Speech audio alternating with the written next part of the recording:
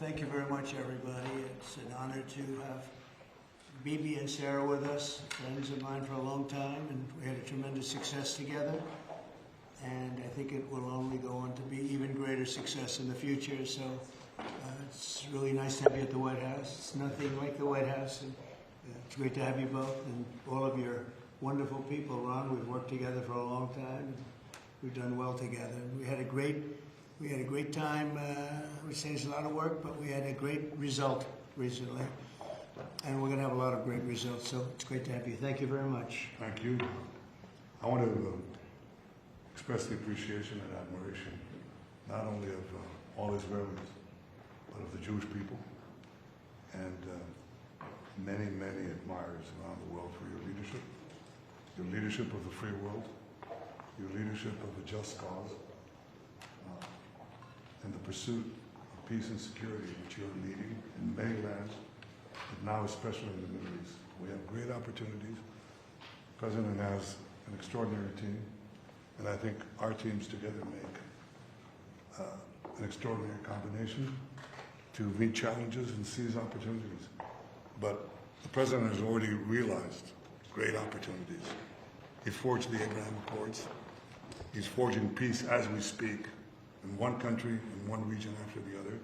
So I want to present to you, Mr. President, the letter I sent to the Nobel Prize Committee. It's nominating you for the Peace Prize, which is well deserved, and you should get it. Thank you very much. This I didn't know. Wow. Thank you very much. Thank you. Coming from you in particular, this is very meaningful. Thank you very much, Bibi. Thank you. Thank you for everything you're doing. Thank you. It's a great honor. Thank you.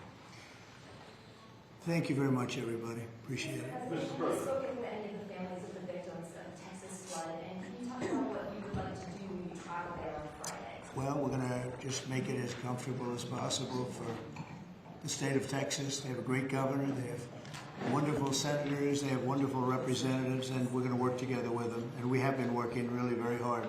This whole table has been working. That was a terrible event. Terrible event. You saw that maybe where Texas was just absolutely so badly hurt by something that was a big surprise late in the evening. So we'll be working with the governor and all of the people of Texas. We'll be going on Friday. Mr. President, there was a security incident in northern Gaza today, right around the time that the Prime Minister was meeting the Secretary of State. This was the Wickoff. Does that, a number of IDF soldiers reportedly have been injured, possibly killed, does that in any way wrinkle in ceasefire negotiations with Hamas? I don't think so. They want it. They want to meet and they want to have that ceasefire. So I don't think so. Steve, could you respond to this? You know about it? Well, I think it's terribly unfortunate. Terribly unfortunate. We were just talking about it, how tragic it is, but we have an opportunity to finally get a peace deal, Mr. Prime Minister, as we discussed, and I'm hopeful for it very quickly. Mr. President, is there any final offers, or are they More or less final offer. So South Korea, Japan, Look, we're always subject to negotiate something that's fair, but we've talked to most of the countries, and pretty much they've had their way for many, many decades, as you know. And it was time that we just wanted fairness. This is not really equitable from our standpoint because it's just a small token by comparison to the damage that's been done over the years. But we had no other president that was willing to do this. I did it in my first term with China and others. We took in hundreds of billions of dollars of tariffs. No inflation, the most successful period of time that we've ever had financially in the country. The first term. I think this term is going to be much better, even much better than that. That was the best ever, and this is going to be, I think, substantially better. And we're on the way to doing that. We've already taken in over $100 billion worth of tariffs, and we haven't even started. And all I say to the other countries is, you know, some of them wanted to make a deal and wanted to be fair. Others perhaps got a little bit spoiled. They were a little bit spoiled because for 30, 40 years, 50 years, they were taking advantage of the country. So we're going to, I would say final, but if they call with a different offer and if I like it, we'll do it. Is August within line? Is August within like firm now? Is that it? I would say firm, and No, I would say firm, but not 100% firm. If they call up and they say, would like to do something a different way, we're going to be open to that. But essentially, that's the way it is right now. Yeah. Mr. President, is your Palestinian relocation plan still on the table? Is there a plan? Has there been any progress in finding countries to accept? Maybe why don't I let you answer that question? Mr. President, Why regarding... he's got to answer that. Oh, I'm sorry. I think President Trump had a brilliant vision. It's called free choice. You know, if people want to stay, they can stay. But if they want to leave, they should be able to leave. It shouldn't be a prison. It should be an open place and give people a free choice. We're working with the United States very closely about finding countries that will seek to realize what they always say, that they want to give the Palestinians a better future. And those who, and I think we're getting close to finding several countries, and I think this will give, again, the freedom to choose. Palestinians should have it, and I hope that we can secure it close by. And we've had great cooperation from surrounding Israel, surrounding countries, great cooperation from every single one of them. So something good will happen. Brian, did you have something? Mr. President, you've mentioned before you want to go down as your legacy as a peacemaker. Are we in the last chapter of closing out peace amongst this conflict now and all the other ones that we're working on?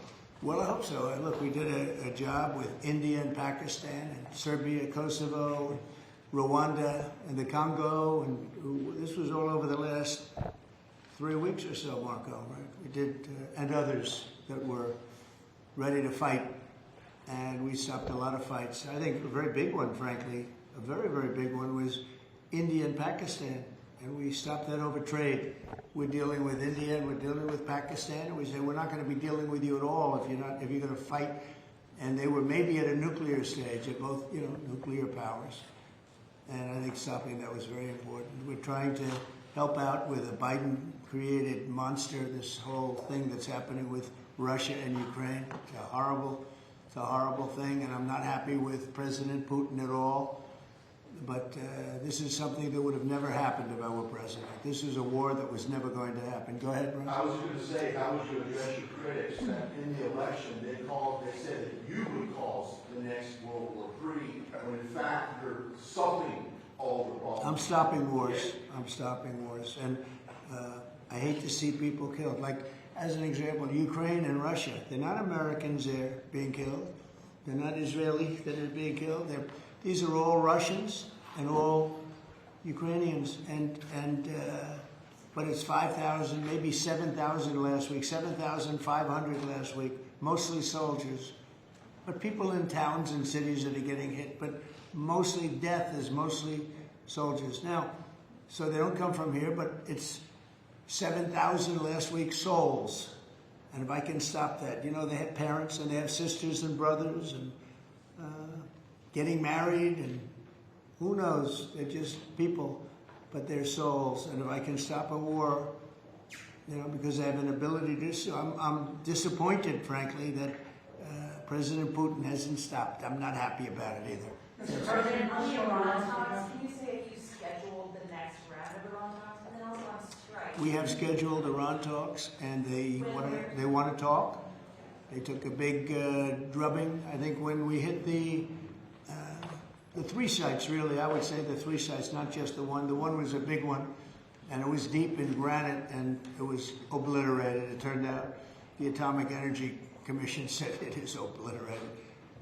I would just want to take our hats off to those incredible flyers, the people that flew that big machine, and frankly, the mechanics and everybody else. They had zero. They flew for 37 hours with zero problem mechanically. I mean, when you think in carrying the biggest bombs ever, the biggest bombs that we've ever dropped on anybody, when you think non-nuclear, and we want to keep it non-nuclear, by the way.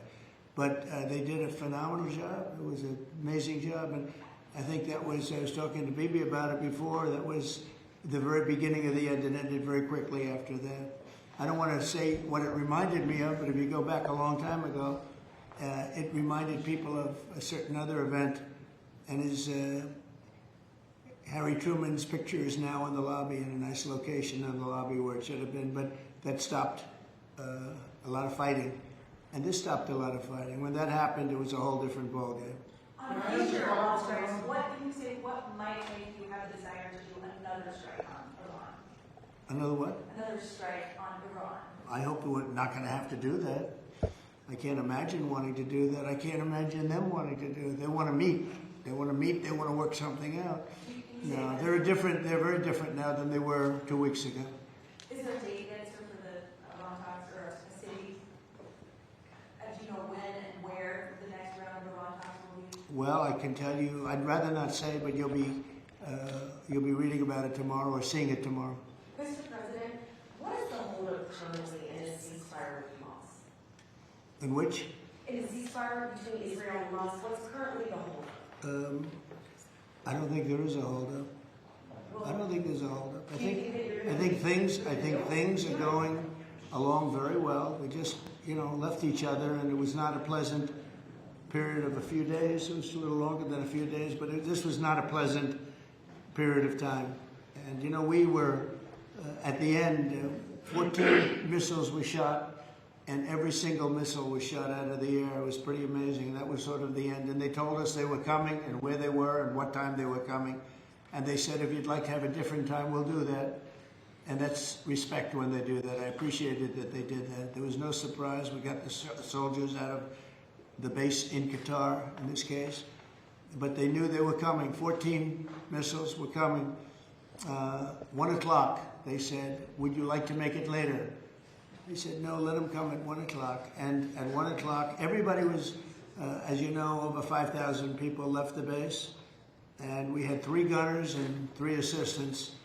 And out of the 14 that were shot, all 14 were knocked down. And that was the end. That was about it. And we had a rough time. But sometimes, sometimes you need the rough time in order to get. I think things are going to be really settled down a lot in the Middle East. And they respect us, and they respect Israel. They respect a lot of things that took place. Nobody's ever seen equipment like what we sent over to knock out those sites. But when those sites were knocked out, that was the end. Do you think that there can be a two-state solution that creates an independent? I don't know. I'd ask Bibi that question. You have the greatest man in the world to answer that age-old question, two-state. Go ahead. You give him your honest answer. I think the Palestinians should have all the powers to govern themselves, but none of the powers to threaten us. And that means that certain powers, like overall security, will always remain in our hands. Now, that is a fact, and no one in Israel will agree to anything else because we don't commit suicide. We want life, we cherish life for ourselves, for our neighbors, and I think we can work out a peace between us and the entire Middle East with President Trump's leadership, and by working together, I think we can establish a very, very broad peace that will include all our neighbors. Mr. President, I have a question on Iran. You asserted that there's complete and total destruction of their nuclear facilities. So what is the basis of the talks going forward? Is it to cap future nuclear activity? Is it ballistic missiles, terror support, economic-based opportunities? What are the It's really a good question because if you remember when it was done, I sort of said, what's the purpose of talking? It's been knocked out completely. But they've requested a meeting, and I'm going to go to a meeting, and if we can put something down on paper, that will be fine. That'll be good. I think they've gained a lot of respect for us. I think they've gained a lot of respect for Israel also. But they would like to meet, and we're going to have a meeting. Steve, when is that meeting going to be? Do you want to say it? Rather, very quickly, in the next week or so. So we'll see what happens. I think it would be nice to memorialize it, put it down, but because of the incredible result of that attack, if you want to call it an attack, I didn't think it was necessary to have it in writing. I think we spoke. I mean, that speaks much louder than writing. But I can also understand why they'd want it. And they've been very nice. They've been very respectful. And it began by them telling us about 14 they had to do. You know what 14 represents, right? Do you know what 14 represents? Right? You know that, right? The number of bombs dropped. So it was, representative. We got them all. Yeah, please, behind you, please. No, you. Oh, me? So this is a question to the Prime Minister. The likely next mayor of New York City, Zoran Montan, a Democratic socialist, the vocal critic of Israel and of yourself, and has said he would arrest you if you came to New York City if he was mayor. Is that something you take seriously, or are you concerned about that? Do you have a response to that? No, I'm not concerned about that. I'll get him out. Look, there's enough craziness in the world, but I guess it never ends. I mean, you have this is folly, and it's it's silly in many ways because it's just not serious. But what is serious is the question I was asked before. After October 7th, people said the Palestinians had a state, Hamas state in Gaza, and look what they did with it. They didn't build it up; they built down into bunkers, into terror tunnels. After which they massacred our people, raped our women, beheaded our men, invaded our cities and our towns and our kibbutzim, and did horrendous massacres, the kind of which we didn't see since World War II and the Nazis, the Holocaust. So people aren't likely to say, let's just give them another state, it'll be a platform to destroying Israel. We'll work out a peace with our Palestinian neighbors, those who don't want to destroy us, and we'll work out a peace in which our security, the sovereign power of security, always remains in our hands. Now people will say it's not a complete state, it's not a state, it's not that. We don't care. We've vowed never again. Never again is now. It's not going to happen again. So we'll see you in New York next year? Oh, well, look, I'm going to come there with the President Trump, and we'll see how do you know who the mayor will be? I don't know that. Do you know that? He's going to be very fine, and who knows, we don't know who the mayor's going to be yet. But this is a communist. He's not a socialist, he's a communist. And he said some really bad things about Jewish people, and he said some really bad things about a lot of people. And I think he's going through a little bit of a honeymoon right now, but he might make it.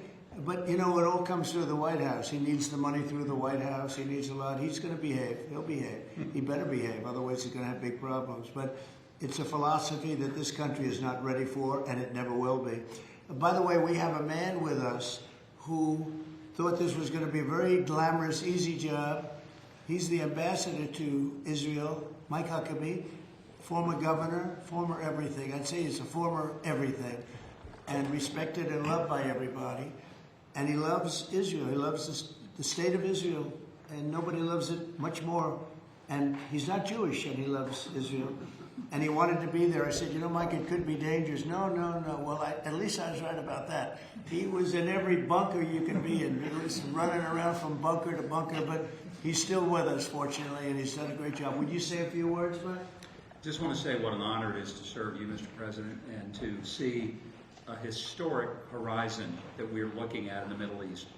And when the President made his trip to the Middle East, and then he really reached out to the new Syrian government, knowing they needed a partner, and knowing that they could pick the wrong partner.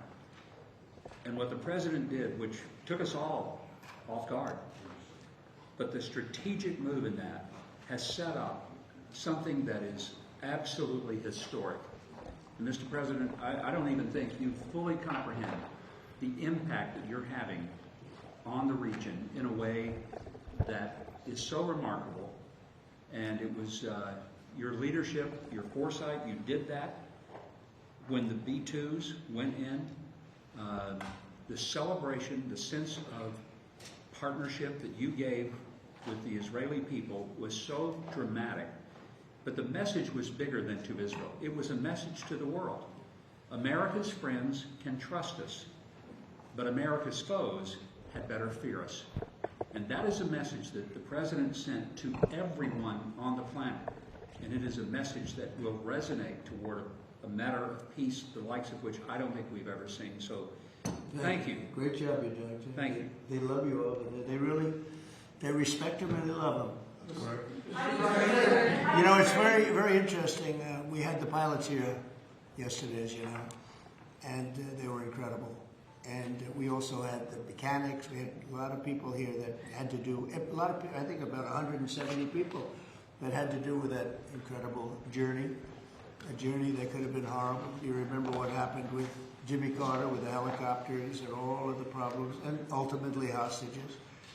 We had the exact opposite. Everything was perfect. It worked perfectly. But I didn't realize, I was saying to one, is this something that you felt strongly about? Absolutely, sir. I couldn't wait. I said, better than you, really better you than me. But they couldn't wait. He said, sir, we've been practicing for this mission for more than 20 years. From just after 2000, they've been thinking and practicing to go into that area. I guess you probably know that better than anybody, Pete. They've been looking at going in, but they never had a president that would allow them to do it. And perhaps right, perhaps wrong. I don't know if that's true or not, but I didn't realize they were preparing for that journey from just a little bit after 2000, the year 2000.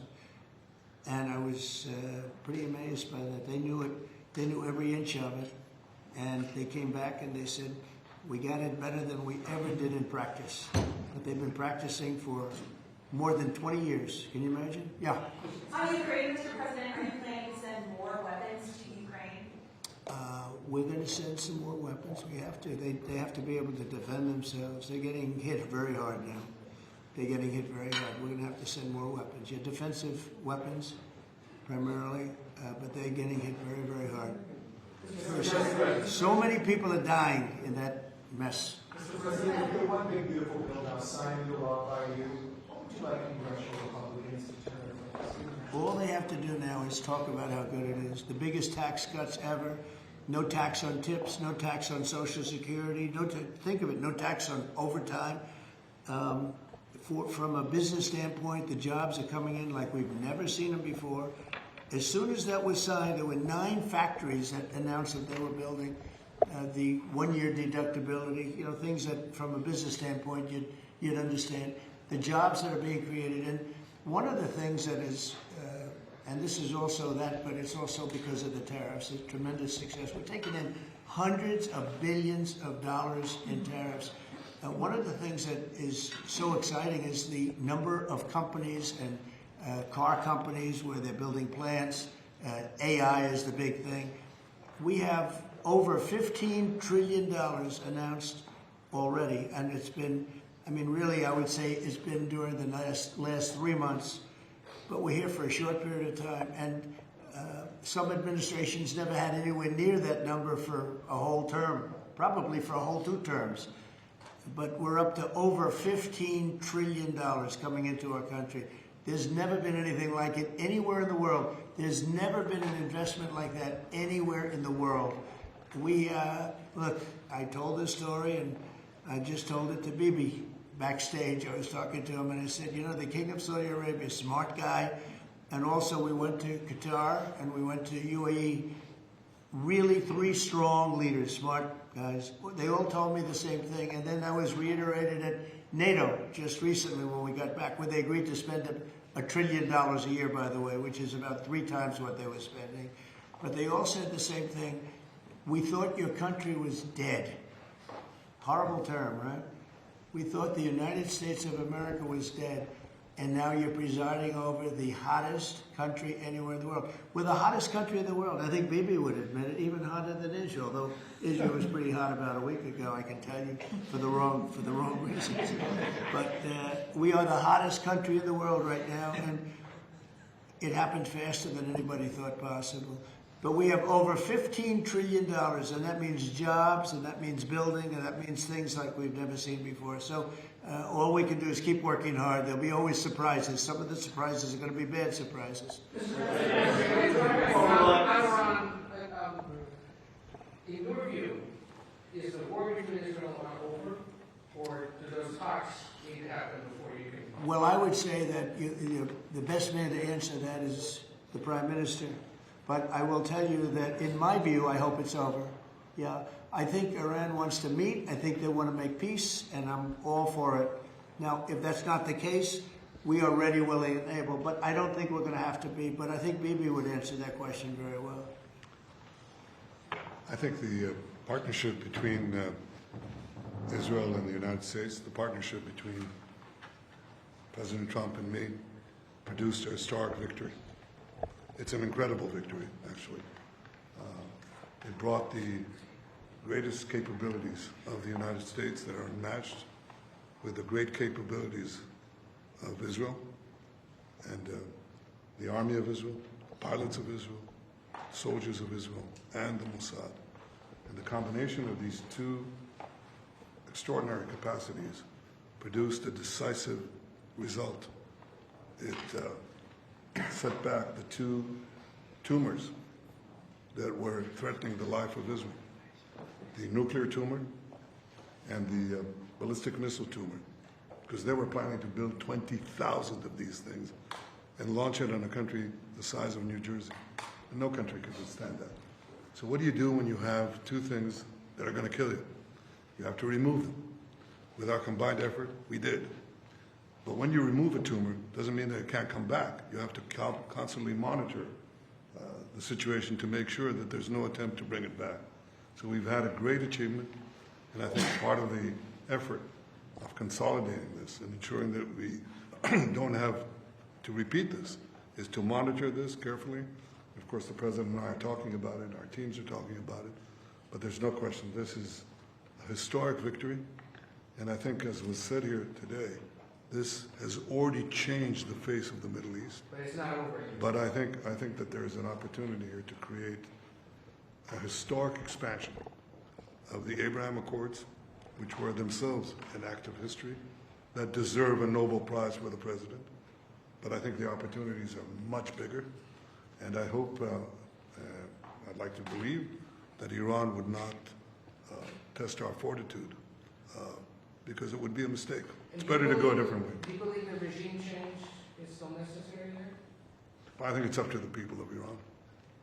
Mr. Prime Minister, speaking of that, on Syria, the Trump administration was fully supportive of the changes in Syria, backing the new regime there. Obviously, your government more cautious from a security standpoint. Are you comfortable with the pace of change, with the security situation vis-a-vis Syria right now? I think there's an opportunity to explore. I think that everyone understands that the situation has changed. Before that, Iran was essentially running Syria, okay, directly through Hezbollah. Hezbollah has been brought to its knees. Iran is out of the picture. So I think this presents opportunities for stability, for security, and eventually for peace. And I think that's been opened up also by the fact that the President has opened up a channel. So they have something. There's a lot to lose by going back to conflict. And there's a lot to gain by moving towards peace. And I think that opportunity has been opened by the President and by the changed security situation which we brought about with the collapse of the Assad regime. Are there direct talks with the Assad government? Now, let's suppose there were. Would I answer yes? No. Right? That's my duty to ask. Well, it's your duty to ask, and my duty to ask you back. So. You know, at the request of a lot of countries in the surrounding area of the Middle East, including Bibi, we took the sanctions off Syria, and I met the new leader. I was very impressed by him. Somebody said, well, he comes from a very tough background. I said, well, you know, I'm not that surprised. It's a tough part of the world. But I was very impressed by him. But we took the sanctions off because we want to give them a chance. They would never have had a chance without the sanctions. And one of the things we have with Iran is, you know, we have they call biting, they are very biting sanctions. And I would love to be able to, at the right time, take those sanctions off, give them a chance at rebuilding, because I'd like to see Iran build itself back up in a peaceful manner and not going around saying death to America, death to the USA, death to Israel, as they were doing. You know, they were the bully of the Middle East, and now they're not the bully anymore. But they were saying terrible things, and I would like to see them. They have such potential. You know, they have the oil power, and they have great people, smart people, energetic people, amazing. And I know so many Iranians from New York. I have a lot of friends, and they're great people. So it's a shame when you see a thing like this happen. But I think that taking the sanctions off of Syria is going to give Syria a great shot at making it. Mr. President, let me follow up with a congressional question.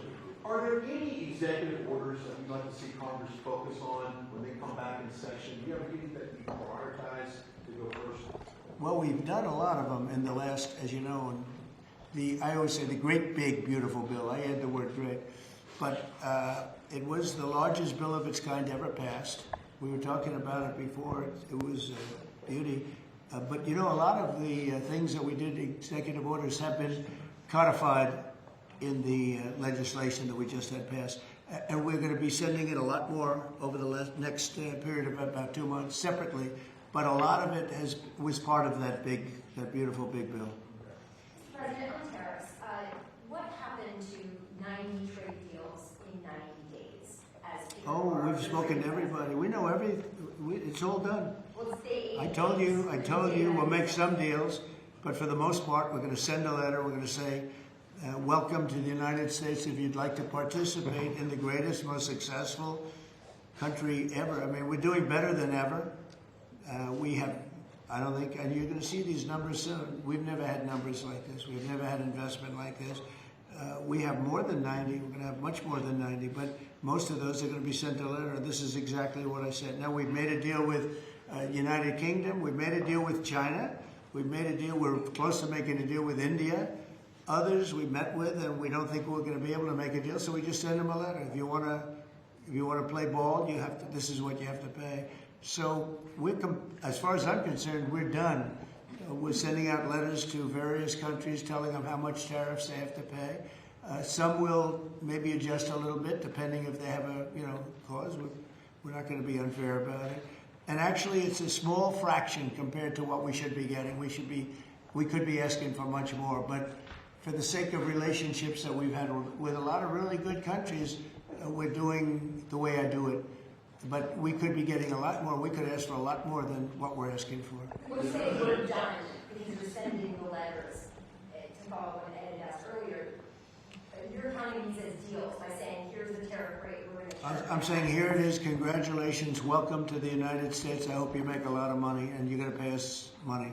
They were ripping us. They were charging us tariffs at levels that nobody's ever seen before. We have some countries that were charging 200% tariffs and making it impossible to do business. And what the tariffs are doing is they're driving people in and companies into the United States. That's why we're building all of the work that you see happening in this country right now, and it's at a record level. All the factories, all of the AI institutions that are being built, it's largely because, well, I think it's because of November 5th, a good election, and I think it's because of the tariffs. Thank you all very much. Thank you. Thank you.